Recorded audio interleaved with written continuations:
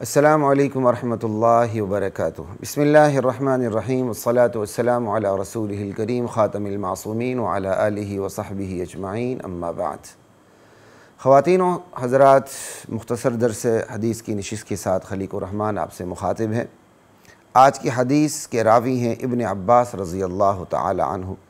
فرماتے ہیں ابن عباس رضی اللہ تعالی عنہ کہ نبی کریم صلی اللہ علیہ وسلم نے حضرت معاذ بن جبل رضی اللہ تعالی عنہ کو ہدایات جاری فرمائیں جب آپ نے انہیں یمن کا حاکم بنا کے بھیجا، حین بعثہ الی الیمن۔ قال رسول اللہ صلی اللہ علیہ وسلم لمعاذ بن جبل حین بعثہ الی الیمن۔ آپ نے کیا ہدایات جاری فرمائیں؟ ذرا غور سے سنیے گا۔ انک ستأتی قوما من اہل الکتاب، معاذ تم ایک ایسی قوم کے پاس جا رہے ہو جو اہل کتاب ہیں۔ اس وقت یمن میں جو اہل کتاب تھے، اہل کتاب تو یہودی بھی ہوتے ہیں، یہ عیسائی تھے، یعنی نصرانی تھے۔ اللہ اکبر۔ اچھا،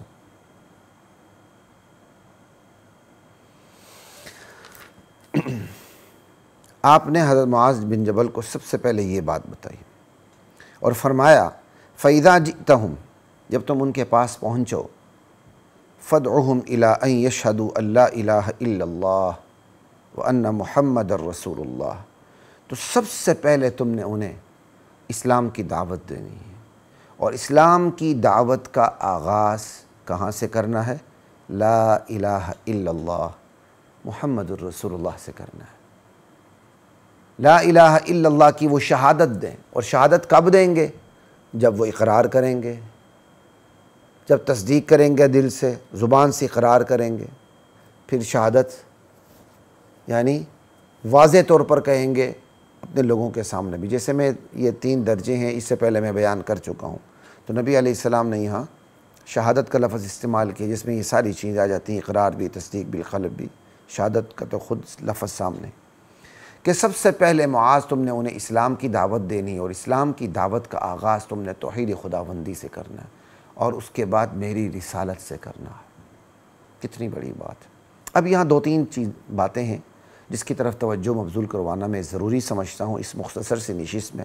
پہلی بات یہ ہے، نبی علیہ السلام نے بھیجا، تو نبی علیہ السلام نہ صرف نبی تھے بلکہ وقت کے حاکم بھی تھے، حکمران بھی تھے۔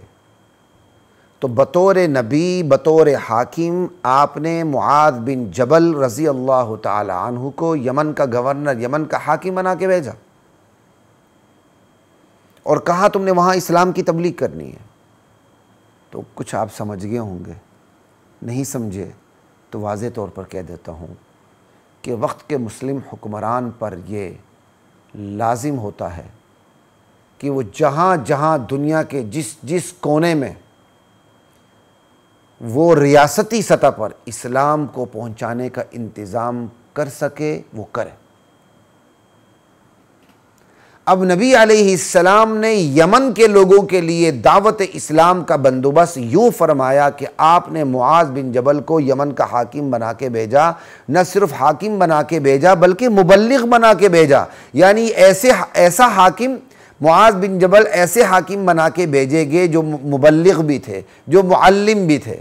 یہ ہے اصل حاکم کی شان، جو معلم بھی ہوتا ہے، جو مبلغ بھی ہوتا ہے، اور معلم، مبلغ اور حاکم تب ہوگا جب وہ عالم دین ہوگا۔ کوئی بات سمجھ آ رہی ہے؟ تو پہلی بات تو ہم رسول اللہ پہ کرتے ہیں کہ وقت کے حکمران پر یہ لازم ہے کہ دنیا کے جس خطے میں اس کے لیے اسلام کی دعوت کو پہنچانا ممکن ہو وہاں تک وہ پہنچائے، بندوبست کرے۔ کنتم خیر امۃ اخرجت للناس تأمرون بالمعروف وتنہون عن المنکر وتؤمنون باللہ، بطور مسلمان ہمارا فرض ہے، ہم لوگوں کی نفع رسانی کے لیے نکالے گئے ہیں، امر بالمعروف نہیں عن المنکر۔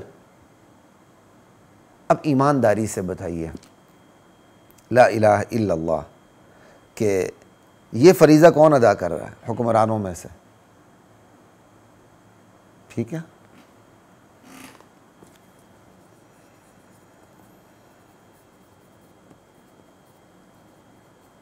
یہ میں نے ایک بات لکھ لی کہیں میں بھول نہ جاؤں۔ سوال یہ کہ یہ فریضہ کون ادا کر رہا ہے؟ کہ وہ دنیا کے خطے خطے میں جہاں جہاں اس کا امکان ہو دعوت اسلام کا، وہ دعوت اسلام پہنچائے۔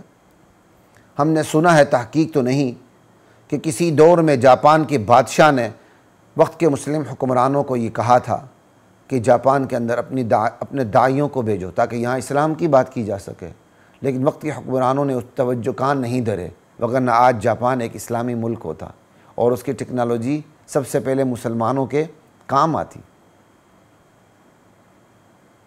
یہ ہے وقت کے حکمران کا اولین فرائض میں سے ایک فریضہ کہ وہ دنیا کے خطوں میں دعوت اسلام کو پہنچانے کا انتظام کریں، اور آج یہ انتظام نہیں ہے، سمجھ رہے؟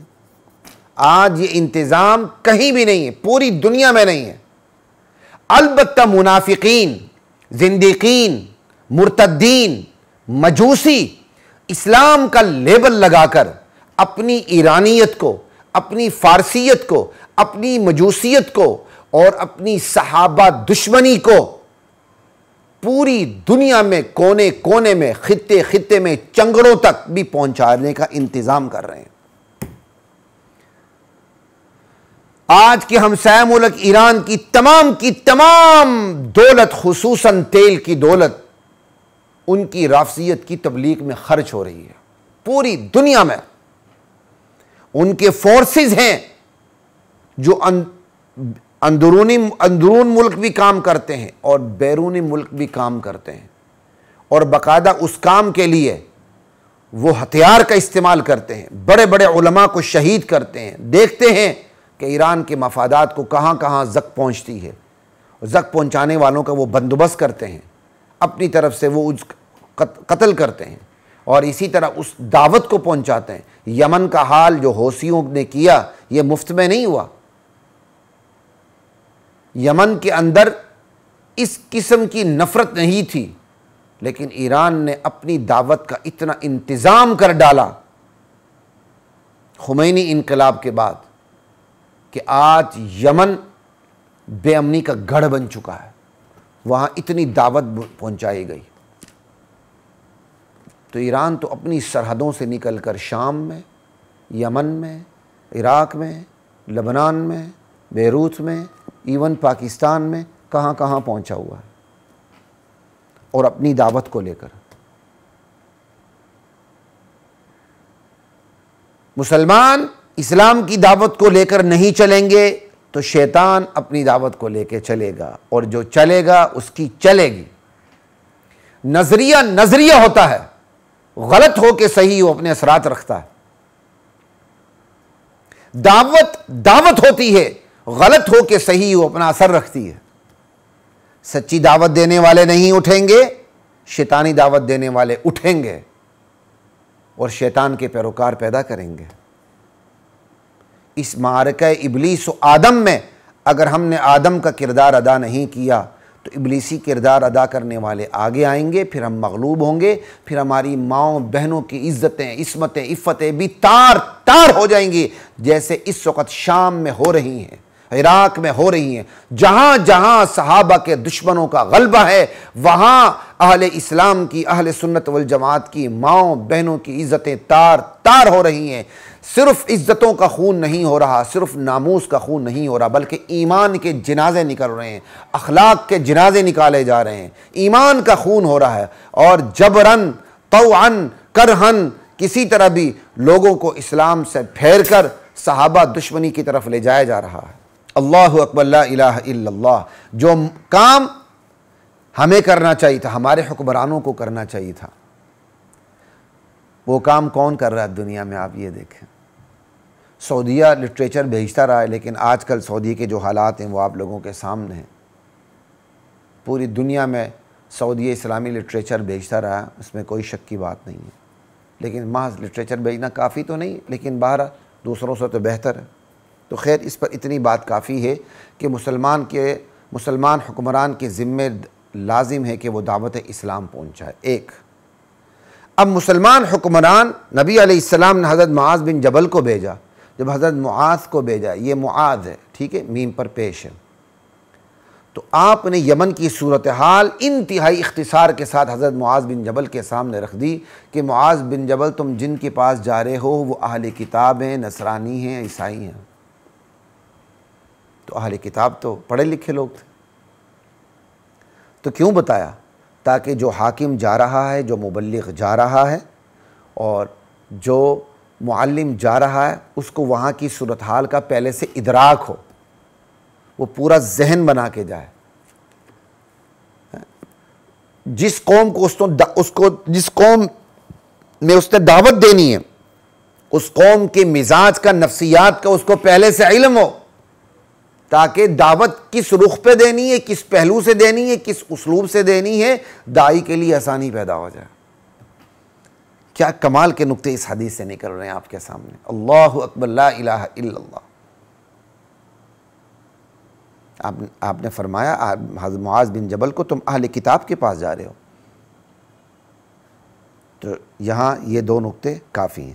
اب جب آپ نے حضرت معاذ بن جبل کو بھیجا تو جمہوریت کے زور پہ نہیں بھیجا کہ حضرت معاذ بن جبل کے ساتھ زیادہ جمہور تھے، زیادہ صحابہ تھے، یا حضرت معاذ بن جبل کیا کہتے ہیں اس وجہ سے بھیجا کہ کسی قوم کے نواب اور وڈیرے تھے تو چلو ان کو بھیج دو، ان کو نواز دو۔ نہیں، حضرت معاذ بن جبل کتاب اللہ کے عالم تھے، سنت رسول اللہ کے عالم تھے،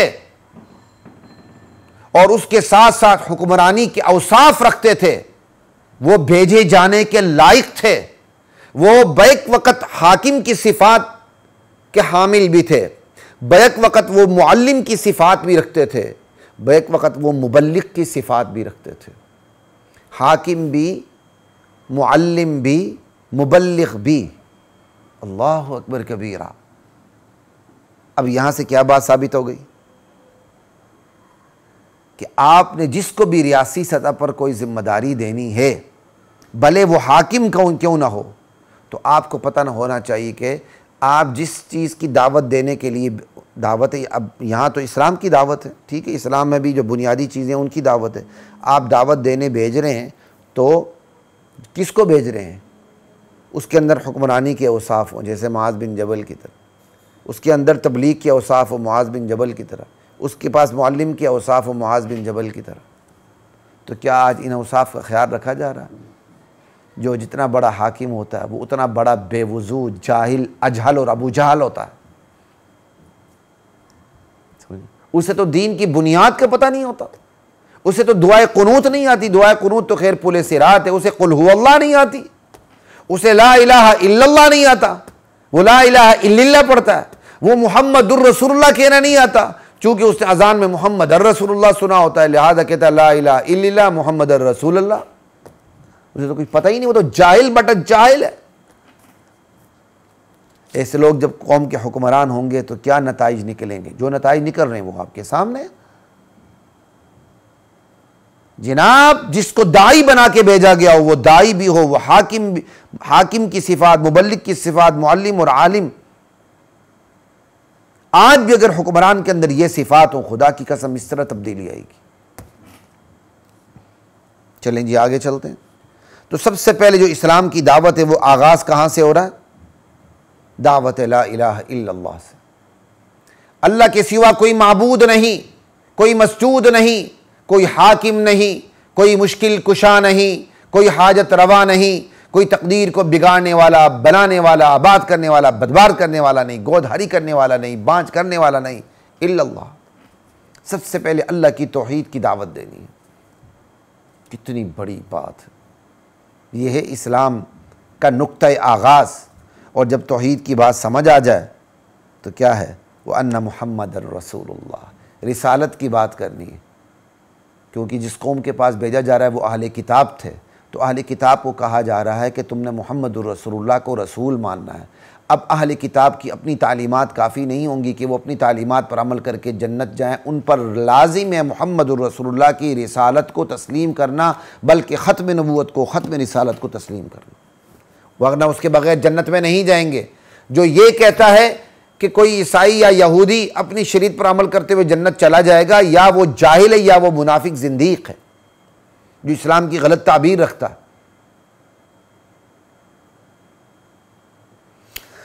لا الہ الا اللہ. تو سب سے پہلے ان کو جو نظریاتی دعوت اسلام کی جو نظریے کی دعوت دینی ہے وہ توحید اور رسالت کے ذریعے دینی ہے. اور آگے یہ کہا جا رہا ہے فَإِنْهُمْ أَطَاعُوا لَكَ بِذَلِكَ فَأَخْبِرْهُمْ أَنَّ اللَّهَ قَدْ فَرَضَ عَلَيْكُمْ 5 صَلَوَاتٍ فِي كُلِّ يَوْمٍ وَلَيْلَةٍ. معاذ، اگر تمہاری اس دعوت کو اہل یمن تسلیم کر لیں اور تمہاری اطاعت کریں، شہادت دیں لا الہ الا اللہ محمد رسول اللہ کی، تو پھر تم انہیں اس بات کی خبر دو کہ اللہ تعالیٰ نے تم پر دن رات میں 5 نمازیں فرض کی ہیں. اب آپ دیکھیں، نظریے کے بعد اعمال کی باری، اعمال میں بھی عمل نماز کی باری ہے. اعمال میں مؤکد ترین عمل جس کی سب سے زیادہ اہمیت بیان کی گئی وہ نماز کی ہے، کیونکہ نماز ان الصلاۃ تنہی عن الفحشاء والمنکر، نماز برائیوں سے بچاتی ہے، بے حیائی سے بچاتی ہے، زنا بدکاری سے بچائی ہے، ہر اوپری چیز سے ہر کیا کہتے ہیں منکرات سے بچاتی ہے، ہر اوپری چیز سے بچاتی ہے، جو چیز بری سمجھی جائے اس سے بچاتی ہے. تو نظریے کے بعد اعمال میں سب سے پہلے نماز، تو یہاں نماز کا ذکر ہے. جب وہ لا الہ الا اللہ محمد رسول اللہ کی شہادت دیں تو انہیں بتاؤ 5 نمازیں فرض ہیں. فَإِنْهُمْ أَطَاعُوا لَكَ بِذَلِكَ، اور اگر وہ اس بات میں تمہاری اطاعت کریں اور مان لیں تو پھر انہیں بتا دو ان اللہ قد فرض علیکم فاخبرہم فَإِنْهُمْ أَطَاعُوا لَكَ بِذَلِكَ فَأَخْبِرْهُمْ أَنَّ اللَّهَ قَدْ فَرَضَ عَلَيْكُمْ صَدَقَةً تُؤْخَذُ مِنْ أَغْنِيَائِهِمْ فَتُرَدُّ عَلَى فُقَرَائِهِمْ. پھر انہیں بتاؤ اللہ نے تمہارے مال پر صدقہ لازم کر دیا ہے، یعنی زکوٰۃ فرض کر دی ہے. وہ